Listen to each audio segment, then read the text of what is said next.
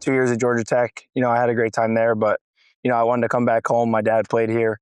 Coach Mack, amazing coach, has had a great reputation. And, I think it's cool to put on the same uniform as my dad and, play in front of him, play in front of my family, and live it at home. It's been awesome just having family there and everybody behind me. So I did see that about you too, that your dad played here. yes. So what position did he play? He was a shortstop, second baseman. And then got drafted as a catcher, but he mainly played shortstop, second base here under Coach Mack. Sweet. So it's safe to say that was also another big influence is why you came here. Yes, for sure. Fast forward from Georgia Tech, and then you come here. So what was that switch like? Yes. I mean, the ACC to the AAC, I think it's still, it's still baseball, still great competition. It's honestly not that much different for what I see. But, coming from Georgia Tech, it just really allowed me to slow the game down, like actually watch how people that end up getting drafted go in a high round, like just seeing the way they go about their business on a day-to-day basis, really allowed me to come here and like be a leader here and show everybody like how like it should be run and how you go about it day to day.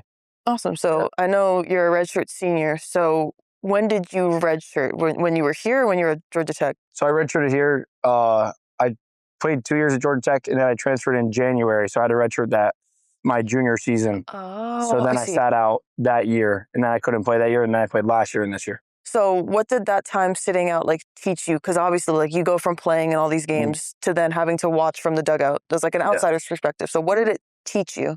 It really helped me slow the game down. Like I said, I sat next to Coach Mack during the whole season. Every home game, I did everything like I was going to play. Took BP, ground balls, infield, outfield before the game. So I basically was playing it like it was my season. And then I would really just, walk through the at-bats with Coach Mack and be like, hey, like, what do you think you would do here? Or what do you think would happen here if I was playing and how I would get pitched?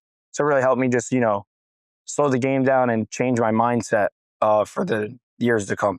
Right. And so it's safe to say that that year you came back, you went on like an absolute tear. So you batted .410 over the final 11 games that season. So what was clicking for you down that stretch? Well, coming back after not playing for 18 months, I feel like I was a little anxious in the beginning of the year. And then I got hurt for a week or two. So I think that helped me like take a deep breath, relax. And then coming back, I just kind of tried to just let nobody on the outside, like let my thoughts change and just kind of just let myself play and have fun. You're a switch hitter. So that's a very valuable skill. And it's also pretty hard to master, I'd say. So just, what did you start batting with first? So I was a dominantly right-handed hitter up until my junior year of high school. What made you learn both? So what happened was, as a freshman in high school, I didn't make the varsity team. So I was a little bummed out. And I was like, all right, me and my dad sat down. We're like, all right, let's start hitting left-handed.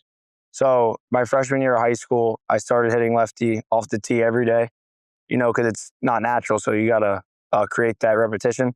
So like 100 swings a day off the tee for 2 years. And then I finally got into the game my junior year of high school in a travel ball tournament around November or October is when I first, did that in a game and I ended up doing really well. So I just stuck with it from then on. Awesome. Yeah. So like I said, it's a very valuable asset to have. So just, I'm sure on a scouting report, they're like, oh shoot, like this guy can hit both. Yeah. So, but you're predominantly righty, you said. Yes. But would you say like you're equal with both, kind of? Yeah, I would say, honestly, I like hitting lefty better now because there's more right-handed pitchers in the game. So I'd say probably 75% of my bats are left-handed. So what do you throw with? My right. You can't throw left either if you like. You can't. No. No throwing left-handed. No, that's out of the equation. That's interesting. So do you play everywhere in the infield or where do you mainly play? I've been playing third mostly here, but at Georgia Tech, I played a little bit of second. And even shortstop my freshman year, so I can play anywhere in the infield. Just like the versatility? Yes. What helped you like adapt that versatility? Because normally, like, ideally you play anywhere on the field, like you experiment, but then sometimes like some guys stick with it and like never leave it. So just what kind of prompted you to like have that versatility, or like was it a coach decision? Was it you? I would say just growing up, like being able to give myself as many opportunities as I can to get on the field. So I'd really credit that to, I played 3 sports growing up, and up until I was probably a sophomore in high school, I played soccer, basketball, baseball. So I really think like soccer really helped my footwork and everything just in the infield, and then I could even catch. So I it just really helped me, like hand-eye coordination and everything like that, just growing up playing 3 different sports. Sweet. Did you like play multiple in high school, or were you like strictly baseball? I played soccer my freshman year, and our varsity team actually went to win the state championship, so that was pretty cool. Oh, sweet. But and then after that, my sophomore year, I just went baseball, and then I made the varsity team that year for baseball, so then I just played baseball. Awesome. What's your walk-up song and why? My walk-up song this year is South to West by Gunna.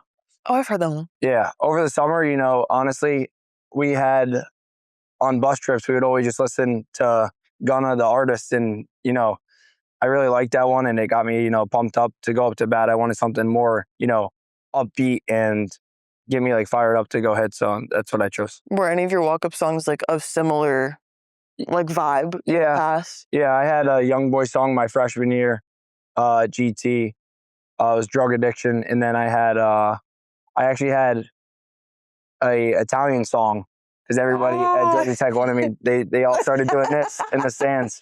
That's so funny. Since my first at bat, everybody was doing this, so they made me keep it my freshman year. Also. That's so. I was just gonna ask. Romano's very Italian. It is. Yeah. That's hilarious. Yeah. That's so funny. Exactly. And so I've been asking this to all your teammates that have come in today. So they've all said, what's his name, Braden Gibson or Braden Gibson? Braden Gilson. Yeah. They call him Silly Gilly. Yeah. And I asked them, like, who's like the funniest guy that like when coach is being serious you can't look at, and he's been like a fan favorite. Would you agree, or do you have a different pick? I would definitely agree with that, but I would also go with Riley Whitmer for me. Yeah. Why?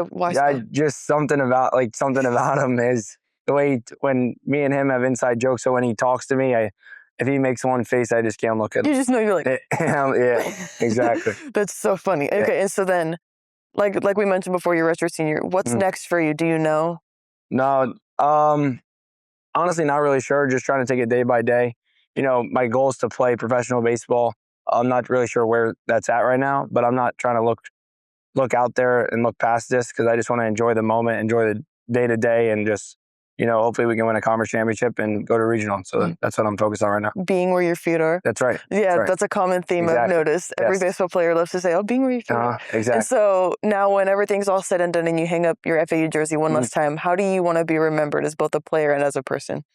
Yeah, just being a leader on and off the field, you know, helping anybody on the team, on the field and off the field. So if they need help, you know, on a day-to-day, like in the classroom, or if they're having like issues, you know, mentally and stuff like that, I just want to be there for them. And then also helping them on the field, pushing them to the best person they can be.